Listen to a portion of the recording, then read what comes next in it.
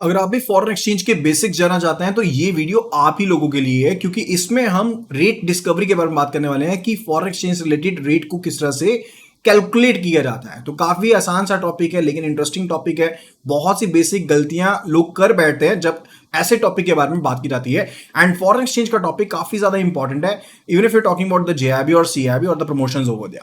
ठीक है, तो वीडियो को एंड तक जरूर गो थ्रू करना। एंड आप हमारे चैनल को अभी के अभी सब्सक्राइब कर लीजिए एंड बेल नोटिफिकेशन को आइकन को क्लिक करना बिल्कुल ना भूलिएगा, ताकि जब भी हम कोई नया वीडियो अपलोड करें आपको उसका नोटिफिकेशन जरूर मिल पाए। So let's start the session over here. तो हम यहां पर कंसीडर कर रहे हैं कि हमारे पास एक पर्सन है जो कि यहां पर ड्राफ्ट इशू करवाना चाहता है। उसने किसी को पेमेंट करनी होगी, लेट्स से एक्सवाईजेड पर्सन को पेमेंट करनी है, उसके लिए वो ड्राफ्ट इशू करवाना चाहता है एंड उसने 20,000 यूएसडीज का ड्राफ्ट जो है वो यहां पर इशू करना है, राइट।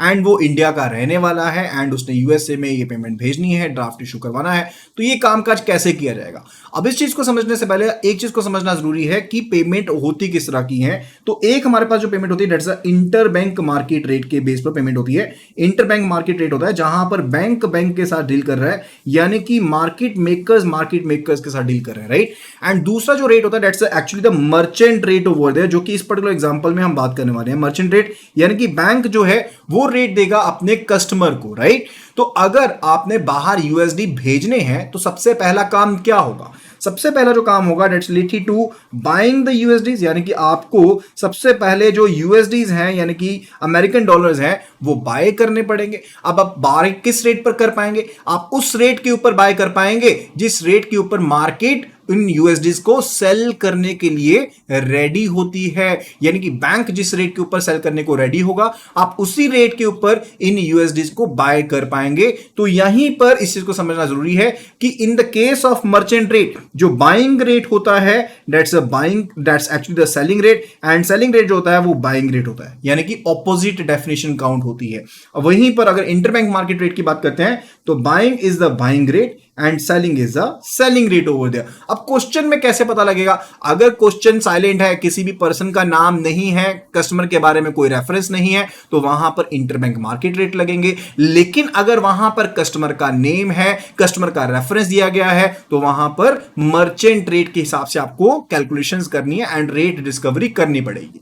अब इस पर्टिकुलर एग्जांपल में ये भाई साहब यहां पर पैसा भेजना चाहते हैं बाहर ड्राफ्ट के रूप में, तो पर्सन तो इन्वॉल्व है ना। अगर पर्सन इन्वॉल्व है तो कौन सा रेट होगा? It will be the merchant rate which will be applicable, right. तो यहां पर एक एग्जांपल अब लेते हैं। लेट्स से केस की यूएसडी का जो प्राइस है, यूएसडी का जो प्राइस है दैट इज 76.10/30 INR। अब यहां पर जो स्लैश के लेफ्ट तरफ है that's the buying quote and जो स्लैश के राइट तरफ है that is the selling quote over there. And इस कॉट को हम क्या कहते हैं? We say it to be the two way quotation, क्योंकि एक ही रेट के अंदर दो रेट समा गए हैं तो इसको टू वे कोटेशन के नाम से जाना जाता है। तो ये बाइंग रेट हो गया 76.10, सेलिंग रेट हो गया 76.30। अब इस पर्सन ने यूएसडी को क्या करना है? बाय करना है। लेकिन किससे बाय करना है? बैंक से बाय करना है। तो बैंक जिस रेट के ऊपर सेल करने को रेडी होगा उस रेट के ऊपर ये पर्सन बाय कर पाएगा, यानी कि ये 76.30 के ऊपर यहां पर यूएसडी को बाय कर पाएगा। अब इसके लिए इसको कितना पैसा पे करना पड़ेगा? द पर्सन इज टू पे 76.30 मल्टीप्लाइड बाय 20,000 यूएसडी, 20,000 अमाउंट जो उसको यूएसडी में चाहिए। अब इतना अमाउंट ये बैंक को पे करेगा एंड इसके बदले में यहां पर इसको पैसे मिल जाएंगे, राइट। तो ये पर्टिकुलरली कॉट कौन सा हुआ? कौन सा कॉट यहां पर दिया गया? It was a selling quote which was given by the bank. It was a selling quote. ध्यान रखेंगे इस कॉट को मैंने क्यों लिखा है, क्योंकि बैंक ने जो रेट दिया वो काफी ज्यादा मैटर करता है, वो काफी ज्यादा मैटर करता है, राइट। एंड एक चीज को ध्यान से समझ लीजिएगा, जहां कहीं भी सेलिंग कॉट होगा वहां पर अगर मार्जिन दिया गया, एक्सचेंज मार्जिन दिया गया, तो वो एक्सचेंज मार्जिन जो होता है वो हमेशा और हमेशा सिर्फ और सिर्फ ऐड किया जाता है जहां पर सेलिंग कॉस्ट दिया जाता है बैंक के द्वारा, राइट। तो यहां पर एक्सचेंज मार्जिन जो भी होगा उसको ऐड किया जाएगा। अब आप सोचेंगे कि एक्सचेंज मार्जिन एक्चुअल में होता क्या है? देखिए अब यहां पर कुछ ना कुछ तो पैसे बनाने के लिए बैंक भी बैठा है, तो बैंक यहां पर कुछ ना कुछ मार्जिन को लेता है ताकि वो उसको इनकम हो पाए, राइट। तो ये एक्सचेंज मार्जिन होता है, राइट, क्योंकि वो एक्सचेंज कर रहा है आपकी करेंसी को। अब मैंने आपको बता दिया कि रेट होगा। लेकिन अब आप सोचेंगे कि ये सेटलमेंट जो है वो तो हो रही है, लेकिन ये सेटलमेंट की टाइप कौन सी है, क्योंकि फॉरेन एक्सचेंज की दुनिया में ना सेटलमेंट की टाइप्स होती है। अब एक टाइप जो हमारे पास होती है that is a TT rates. TT rates का मतलब होता है जो टेलीग्राफिक ट्रांसफर रेट्स होते हैं। दूसरी जो रेट की टाइप हमारे पास होती है that's a bills rate over there. अब यहां पर ध्यान से समझिएगा, अगर तो जिस दिन आपने ट्रांजैक्शन करी है, ठीक है, उसी दिन सेटलमेंट हो जाती है, यानी कि स्पॉट रेट के हिसाब से करिए तो स्पॉट रेट के हिसाब से सेटलमेंट हो जाती है, तो उसको हम कहते हैं टीटी रेट कहते हैं। We say to the telegraphic transfer over there, right. And जहां पर आपके पास डिले होता है, यानी कि आपने ट्रांजैक्शन कर दी है लेकिन सेटलमेंट सेम डे नहीं होगी, वो बाद में जाकर के होगी, वहां पर उसे हम बिल्स रेट के नाम से जानते हैं। अब दोनों की ही सब टाइप्स होती हैं। अगर हम यहां पर ध्यान से समझे तो आपको बता देता हूं, तो एक रेट तो हो गया टीटी रेट हो गया, दूसरा हो गया बिल्स रेट हो गया। अब दोनों में ही फर्दर हमारे पास टाइप्स होती हैं। टीटी में भी हमारे पास दो टाइप्स होती है, that is TT selling rate भी हो सकता है एंड टीटी जो है वो बाइंग रेट भी हो सकता है। इसी तरह से बिल्स जो है वो सेलिंग रेट भी हो सकता है एंड बिल्स जो है वो बाइंग रेट भी हो सकता है, क्योंकि दोनों में कॉर्ड बाइंग का सेलिंग का दोनों के कॉर्ड दिए जा सकते हैं।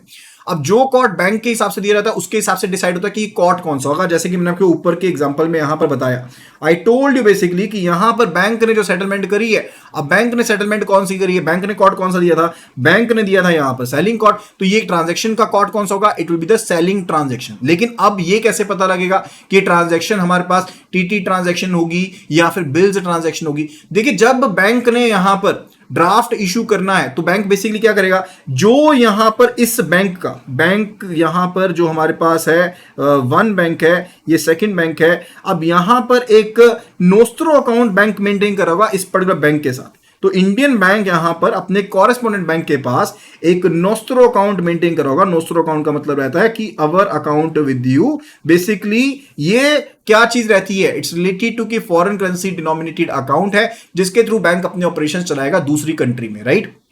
अब यहां पर जैसे ही ड्राफ्ट इशू करना है तो नोस्ट्रो अकाउंट में इसके ऑलरेडी यूएसडी बैलेंस पड़ा होगा, तो उसे कर दिया जाएगा डेबिट एंड ड्राफ्ट इशू कर दिया जाएगा।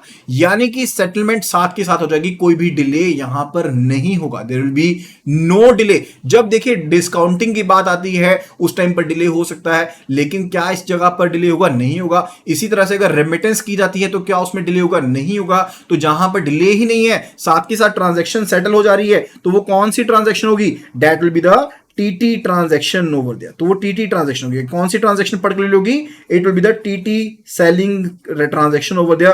तो टीटी सेलिंग का ही जो यहां पर कॉट है वो यहां पर एप्लीकेबल रहने वाला है। अब जब भी टीटी ट्रांजैक्शन होती है तो फॉरवर्ड को देखने की जरूरत नहीं है। फॉरवर्ड बेसिकली होता है जहां पर आप आज के रेट को कंसीडर नहीं कर रहे, आप कुछ समय बाद के, महीने बाद के, 2 महीने बाद के रेट को कंसीडर कर रहे हो, तो वहां यहां पर तो उसकी जरूरत है नहीं है क्योंकि ट्रांजैक्शन साथ के साथ हो रही है। तो क्वेश्चन में आपको बहकाने के लिए दे दिया जाएगा, आपको 1 मंथ फॉरवर्ड 2 मंथ फॉरवर्ड दे दिया जाएगा, लेकिन आपने ध्यान रखना है कि ट्रांजैक्शन तो आज की आज ही थी, तो ये टीटी ट्रांजैक्शन है तो इसमें फॉरवर्ड्स का कोई भी लेना देना नहीं है। अगर एक्सचेंज मार्जिन दिया गया, लेट्स से केस कि यहां पर एक्सचेंज मार्जिन दिया गया है 0.1%, तो आप सिंपली एक्सचेंज मार्जिन को यहां पर ऐड कर देंगे क्योंकि सेलिंग ट्रांजैक्शन है। अगर बाइंग ट्रांजैक्शन होती तो आप पर्टिकुलरली क्या करते, आप सिंपली यहां पर इसको डिडक्ट कर देते। तो बाइंग के केस में डिडक्ट करना होता है एक्सचेंज मार्जिन को एंड सेलिंग के केस में एक्सचेंज मार्जिन को ऐड करना होता है, राइट। तो यहां पर सिंपली क्या करेंगे, 76.30 ये हमारा कॉटेड सेलिंग प्राइस था जो हमारे पास था, प्लस यहां पर 0.10% हम एक्सचेंज मार्जिन ऐड कर देते हैं। That's the second step over there. And इसको जैसे हम ऐड करेंगे उसके बाद उसको 20,000 से हम मल्टीप्लाई कर देंगे, तो ये फाइनल प्राइस होगा जो ये वाले भाई साहब को पे करना पड़ेगा बैंक को, ताकि ये ड्राफ्ट 20,000 यूएसडी का इश्यू करवा पाए यूएसए में। ओके, सो आई होप कि आपको ये छोटी सी एग्जांपल जो है वो यहां पर समझ में आई होगी एंड आपको मजा भी आया होगा सीखने में। तो अगर आपको मजा आया सीखने में तो फटाफट से लाइक बटन प्रेस कर दीजिए एंड वीडियो को शेयर जरूर कीजिएगा अपने फ्रेंड्स के साथ, कलीग्स के साथ, जो भी यहां पर जेआईबी सीआईबी बैंक प्रमोशन या सर्टिफिकेशन की तैयारी कर रहे हैं, ताकि वो भी ऐसे ही अच्छे से कंसेप्ट्स को समझ पाए एंड डेफिनेटली अपनी तैयारी को यकीनी बना पाए एंड पहली बार में अपना एग्जाम जो है वो क्लियर कर पाए। So that will be all and full courses available है JAIIB CAIIB bank promotion certification के। आप हमारी वेबसाइट जो है iibf.info उसको विजिट कर सकते हैं and for the start preparing for the same. Thank you so much and see you again in the next video.